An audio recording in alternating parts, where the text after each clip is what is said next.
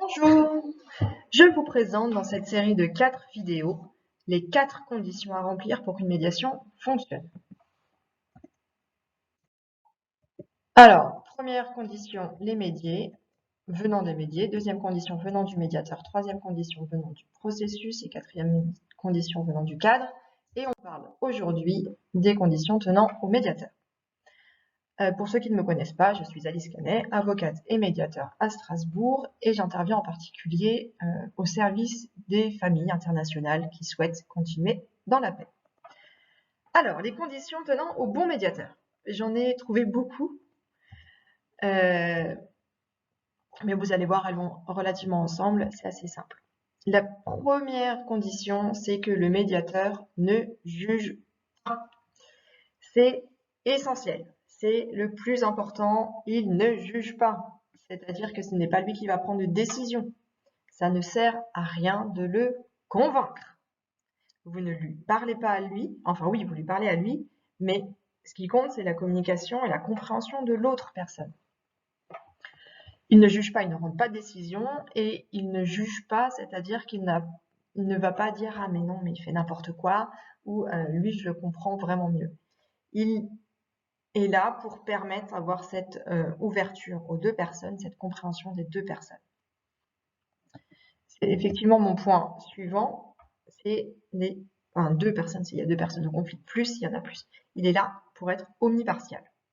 C'est un néologisme de médiation, omni pour tous, partial, les parties. Je dois comprendre l'une partie et l'autre partie.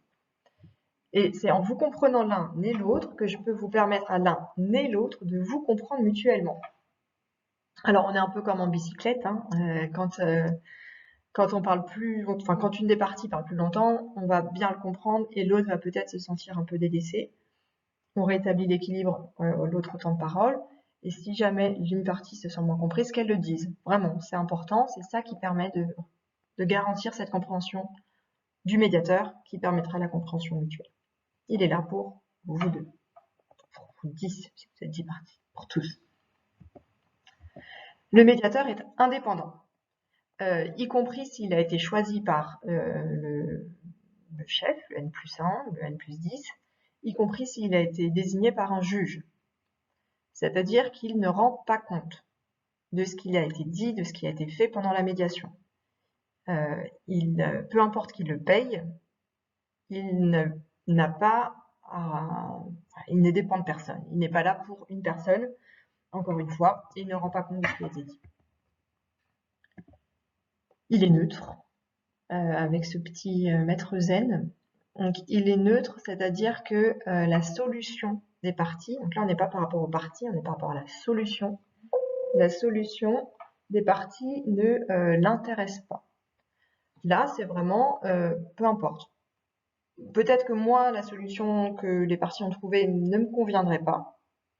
Si elle va aux parties, c'est très bien. Moi, je l'ai eu dans des situations avec des gardes d'enfants. Les parents ont trouvé une alternance. Moi, j'aurais pas souhaité la faire. Mais pour eux, c'était une bonne solution. Parfait, magnifique. Très bien, solution des parties. Et neutre aussi, j'ai choisi ce maître zen, parce que un rôle important du médiateur, c'est de réussir à apporter cette sérénité, ce cadre de paix pendant la médiation, et que les choses puissent être dites, parfois avec une certaine vigueur, ne nous cachons pas, et que lui ne soit pas affecté personnellement. Alors ça ne veut pas dire qu'il ne ressente pas les émotions. Ça m'est arrivé plusieurs fois d'être presque les larmes aux yeux aussi, très honnêtement.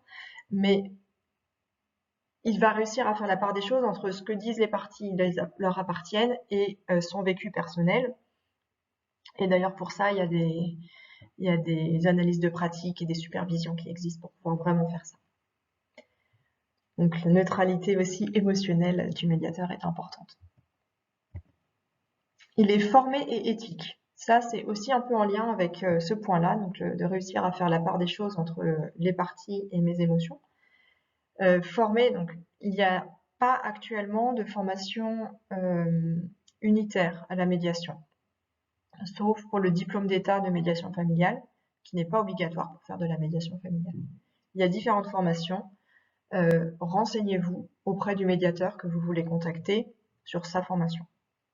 Personnellement, moi j'ai fait ma formation initiale en Allemagne, où c'est plus encadré, et c'est une formation de 170 heures initialement, avec 30 heures de supervision, de cas qu'on a fait comme médiateur, et avec ensuite une formation continue obligatoire. Et éthique, il y a un code de déontologie qui n'a pas de portée réglementaire, donc c'est à chacun de décider s'il souhaite le respecter ou non. Je faisais le lien avec la neutralité puisque c'est aussi avec ces supervisions qu'on permet de grandir comme médiateur et de prendre de la distance et d'être toujours meilleur médiateur. Tous les avocats de l'Institut de justice amiable du barreau de Strasbourg ont des conditions de formation minimales requises et vérifiées. C'est généralement 200 heures, il me semble, ou peut-être 150, mais en tout cas c'est quand même un certain nombre d'heures avec différents blocs et avec une obligation de formation continue et d'analyse de pratique professionnelle. Donc voilà, avec un avocat médiateur de l'Institut, vous saurez que le médiateur est compétent. Là c'est le point suivant, alors il y a un grand débat là-dessus. Est-ce qu'il a besoin d'être un sachant technique? Est-ce qu'il doit être avocat? Alors, ce que j'entends avec sachant technique, c'est quelqu'un qui maîtrise le sujet de votre conflit. Donc, par exemple, vous êtes en litige avec votre voisin sur une construction qu'il a faite qui, pour vous, vous nuit. Est-ce que le médiateur a besoin d'avoir des connaissances en droit de l'urbanisme? Il y a là-dessus vraiment un débat. En principe, non, puisque le médiateur, de toute manière, ne juge pas et qu'il n'est pas là pour donner son avis. Donc, a priori, c'est pas nécessaire du tout d'avoir un médiateur sachant. Il est là pour vous permettre de vous recomprendre. Et peut-être même que le fait de ne pas maîtriser la matière peut être un outil et une aide, parce qu'il va poser des questions très benoîtement. Ah, mais je comprends pas bien, pourquoi ci, pourquoi ça? Et chaque partie pourra expliquer, ce qui permettra aussi de mieux comprendre le point de vue de l'autre.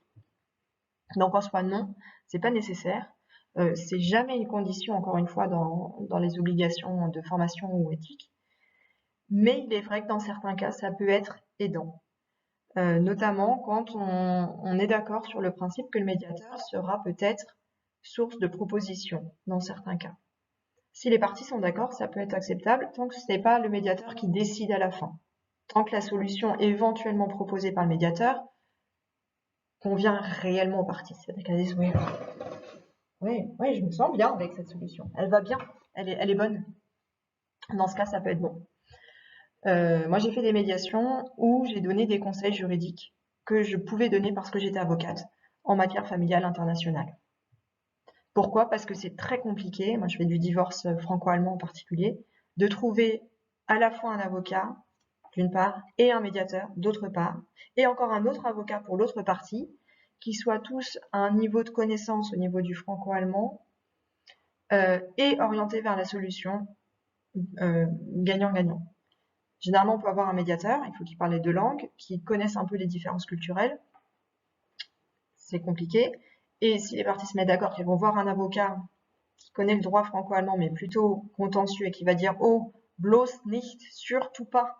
Parce que si vous faites ça, vous changez de juge et derrière vous perdez tout pouvoir et vous risquez de perdre votre enfant définitivement, ben c'est la catastrophe. Tout s'effondre. Donc pour qu'il y ait cette adéquation entre conseil juridique orienté positif et solution convenable pour tout le monde et vraiment, enfin, voilà, ces deux aspects. Que ce soit une solution aussi viable, efficace techniquement et orientée vers une solution. Moi, dans ma matière en tout cas, je fais effectivement du conseil juridique aux deux parties en même temps pour les aider à avancer dans leur solution.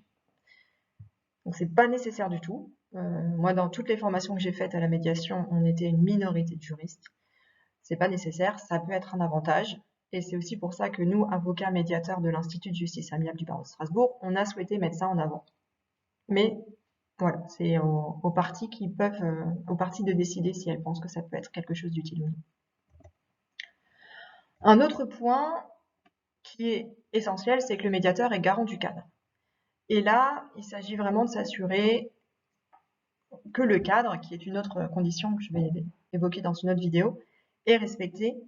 Pour ça, il faut une certaine autorité, mais ce qui ne veut pas dire non plus sévérité. Ça peut être avec douceur et bienveillance, voire humour en permanence, mais en tout cas, c'est vraiment son rôle, c'est garder le cadre. Et alors, ça c'est ma petite touche peut-être un peu plus personnelle. Pour moi, il faut qu'il soit dans la créativité. En tout cas, moi, je ne peux pas ne pas être dans la créativité parce qu'il faut changer ce qui n'a pas fonctionné jusqu'à présent. Vous avez essayé de communiquer l'un et l'autre, ça n'a pas fonctionné. Il faut réussir à voir au-delà et avec d'autres outils. On est aussi un peu vers le cadre, mais voilà, moi, je suis clairement une médiateur un peu créative, voire très créative, qui va vous provoquer un peu et vous pousser dans des retranchements, mais positifs bien sûr, pour permettre à quelque chose de nouveau de naître. Voici ce que je voulais vous dire pour les conditions de réussite de la médiation tenant au médiateur.